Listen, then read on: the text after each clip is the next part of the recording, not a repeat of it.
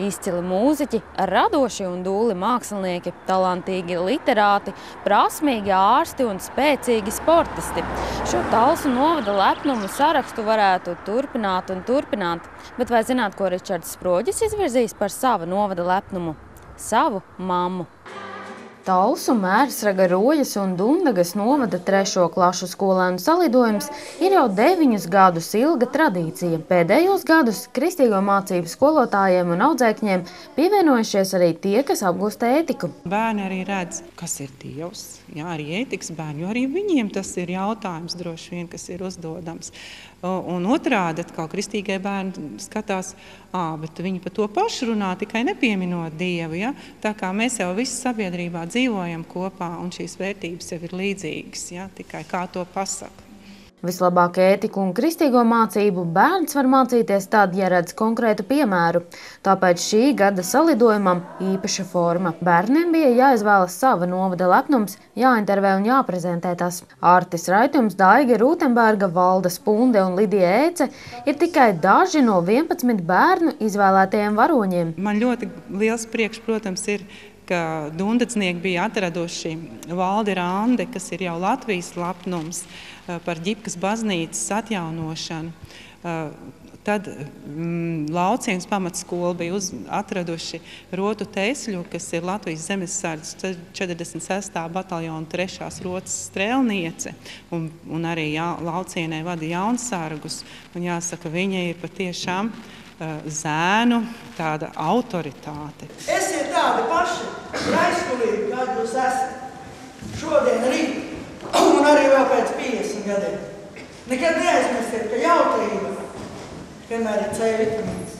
Rota Tesļuka bija viens no lepnumiem, kas pati ieradās uz salidojumu tikties ar bērniem.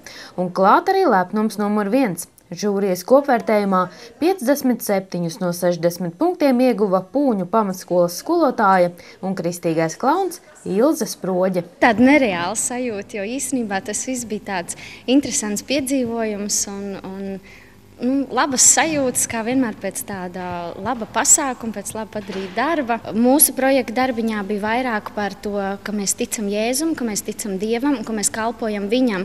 Varbūt tas nebija tāds viens konkrēts darbs, bet visa dzīve kopumā, ne tikai viens darbs, ko es vienā brīdī paveicu, bet Dievs un ticība Viņam, mīlestības Viņu, tā ir visa mūsu dzīve, tā ir mūsu ģimenes dzīve, tas ir mūsu darbs, tā ir mūsu brīvdiena, visai ģimenei kopā. Varbūt tāpēc.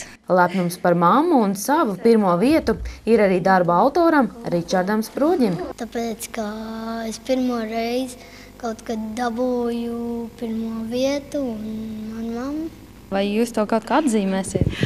Jā, es viņam solīju, ja labi uzvedīsies un labi nostāstīs, tad mēs brauksim uz veikalu, nopirksim kāds konfekts. Viņa mums daudz māca un palīdz, kad ir grūti, iedrošina, kad satraucamies. Šie ir iemesli, ko Ričards min, kāpēc tieši viņa māma ir vislabākā. Kā viņa tev iedrošina, kad tu satraucies? Viņa saka, ka viss būs kārtībā, ka man jāuzticas Dievam. Šodien, kad tev bija jāiet cilvēku priekšā un jāstāsta par savu lepnumu, tad tu arī satraucies? Jā, es trīcēju. Man vienkārši nepatīk, ka visi cilvēki uz mani skatās un ka man kauns. Bet beigās jau bija... Sajaucu. Vai tad tu sajauci?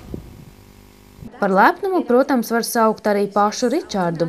Mamma atzīst, ka viņi reizēm sakot, ka puika izaugot kļūs par mācītāju. Mēs kādreiz viņu arī saucam par komendantu, kas vakar apstaigā visus un pārprasa, vai mēs esam pielūguši Dievu. Viņš mums lasa Bībeli priekšā, un viņš arī cenšas citiem bērniem stāstīt par Jēzu gan skolā, gan sētā. Un mēs par to ļoti, ļoti lepojamies, ka viņš nekaunās par to, ka viņš tic Dievam un iet svētdienas skolā, bet ka viņš pat reizēm no sirds, viņš kādreiz man mājās sūdzās, bet tas bērns neklausās, vai tas bērns nesaprot, un es viņam stāstu par Jēzu, un mēs par to ļoti lepojamies. Visi bērnu izvēlētie lepnumi satilpuši arī īpašā grāmatā, kas tapusi pateicoties ziedotājiem.